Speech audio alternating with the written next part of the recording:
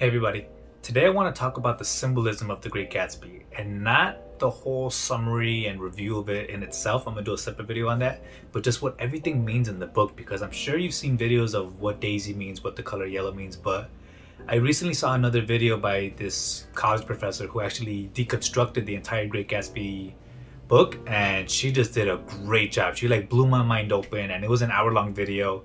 And I want to read her book now, but I want to break down some of the points that I learned from her and some of my own thoughts that I think about this book, because it's a good book, right? Great Gatsby, no surprise, it's an American classic. So many people have read it. It used to be made to be read in schools, but they kind of dropped it for different type of books. I don't know what they're promoting now, but I really like this book. It's short, but it has a lot of layers inside of it. It could just be read as a simple story, right? It could just be a love story, a great tragedy, a who done it kind of story, and who's who, and like all these secrets. But where the book really gets interesting is when you start putting all these things together that F. Scott Fitzgerald really like drove home.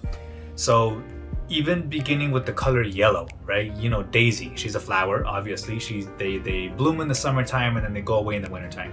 That's another symbolism for it. The whole idea of summer within the book, and how the book ends at the beginning of fall, and the everything starts turning brown and yellow's no longer there anymore, and all these things start dying away, kind of like the story of Hades and Persephone. Now, the color yellow is interesting because it doesn't only symbolize Daisy. It's not just saying, hey, Daisy's yellow, my name is Gatsby, I'm in love with Daisy, therefore everything is yellow. This entire book takes place inside of one summertime. Yellow is also a reflection of the sun itself, like the sun rising and falling. And this story starts with someone rising up to glory, getting to the highest moment of their life, but eventually you have to come back down once you reach the top. And that's the point of it, right? Like the sun reflects off of Gatsby's house, and it made it look like it was yellow, but at nighttime it goes away. At nighttime his house goes dark if he isn't throwing parties, and he tries to make artificial yellowness by throwing these parties that go on all night, because he doesn't have the sun's reflection anymore. He wants to keep it alive in one way or another, whether he knows it or not. And most of the things he's done was known. But little things like that makes me think about, like, wow, this book really has multiple layers behind one symbolism, right? So yellow can be Daisy, yellow is the sun, yellow is also summertime. And when I was watching that video of the professor, she also brought up an interesting point about water in the book. And I noticed water in the scene where Great Gatsby was meeting Daisy for the first time after so many years, and it was pouring rain, right? And I was like, that's interesting that the personification of sunlight in this book, Daisy, is being met with Gatsby in a raining, pouring, heavy day. And I couldn't picture it. I couldn't understand why the author decided to do that. I was like, surely it should have been a sunny day, right? But the professor said that there's a whole idea of renewal with water, right? Just like the classical mythologies, the great flood, the whole washing away of the evilness and being brought out of the water as someone new. And you really get to see that when Gatsby meets his mentor, who was out on a boat, and they learned things while they were sailing around. And he learned how to be a gentleman, he learned all these proper things that his father never taught him. And so in essence, Gatsby, he killed himself, he drowned himself in water, and he came back up again as a new man. And so he renewed himself. He died and came back to life, like the original heroes' stories, right? Gilgamesh has a death with his own, mentality. Achilles has the death of Patroclus, and Hercules has the death of his family. And through that death, they become a new person, and that's what water typically symbolizes in the great floods. And water had three main points in this story that I can remember, like that were the most significant ones. One of them was when he met Daisy. He was very awkward when he met Daisy at first. He was unsure of himself. Everything that he worked so hard to do, he wanted to know, would it be enough? And so he was building himself up to such a high moment that he didn't know if he would actually his imagination would meet his reality. So he had to humble and bring himself back down to reality, bring himself out of his memories and everything that he thought about Daisy back in the day. He had to just put it away and be present. And so he wanted to see how he would come out after this moment. And they hit it off, right? It wasn't awkward. She didn't just say, I'm going back to my husband. They hit it off and they started seeing each other more frequently. And so Gatsby's, nervousness, his hands in his pocket and his fumbling around actually paid off. It actually made him new again after he started talking to Daisy, and his personality, it died and then it came back up to life, which was pretty interesting.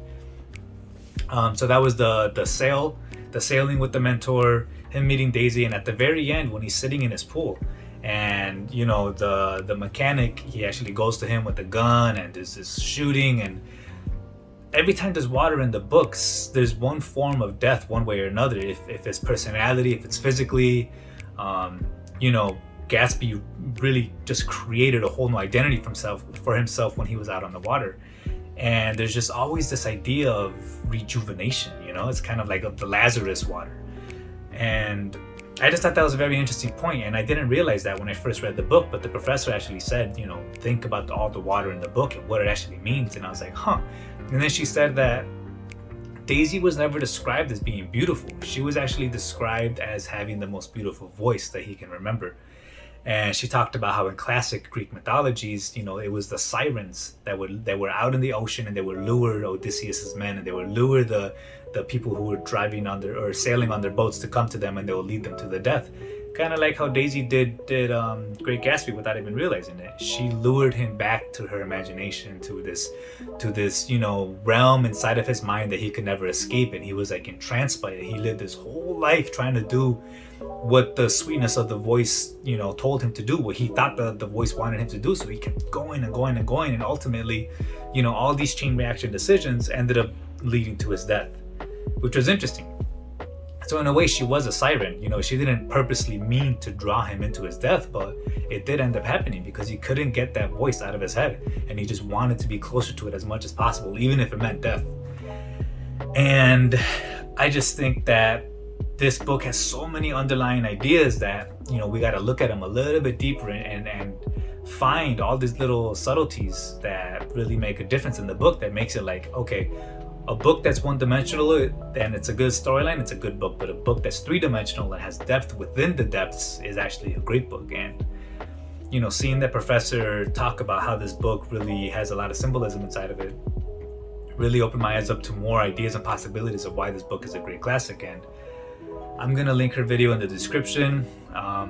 If you guys have any other themes and ideas, and actually, one more.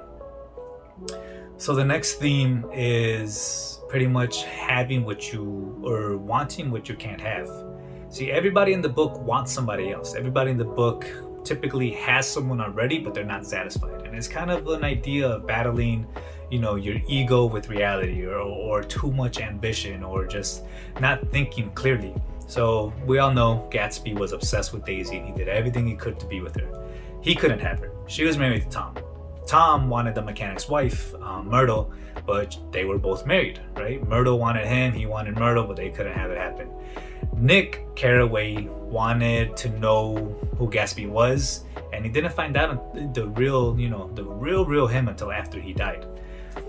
And everybody in the book just wants something that they can't have, and it's, instead of being happy with what you do have, you really are always chasing something that has no end to it, chasing something that never actually can be caught in the situation that they put themselves in. And instead of being happy with what you have, instead of looking at your own lawn and saying, I'm gonna water my grass, they keep thinking, what's over that fence, right? Is the grass really greener on the other side of this fence? And they keep looking and looking and say, yeah, it is greener. Rather than grabbing a bucket and watering your own grass, they keep saying, I'm gonna go over there.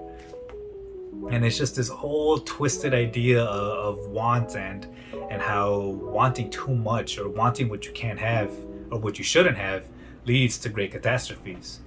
And so that one was pretty much the most obvious one in the book, but it still had to be mentioned in a video like this that talked about all the themes of The Great Gatsby. But if you guys have any other themes, ideas that I may have overlooked, I would really like to hear them. The entire book is actually based on, the summertime and the yellowness, and once it dies out, all the brown leaves start sweeping into the story's, narrative, and it's really interesting to see how the book is coming to an end, just like how summer comes to an end every year, and eventually people start dying, just like the leaves and trees, they go dormant, but their leaves start dying and falling off, and very interesting to see how it was all tied together with this whole idea of summer and the seasons. And you really start to think about the classic tales of Demeter and her daughter, and how when she's with her daughter Persephone, all the flowers in the world bloom again and it's summertime. But once Persephone has to go back down to the underworld with her husband Hades, she starts withering away and all the crops begin to die because of her sadness. And it really reflects this book a lot. You know, I kept thinking about that story of Persephone and Hades when I was reading this. So if you guys have any other themes, ideas, let me know. I would love to, have an open discussion about it. I'm going to link the video that I saw in the description. It's about an hour long, but if you're interested, I'll link it in, and let me know what you guys think about this, and take care.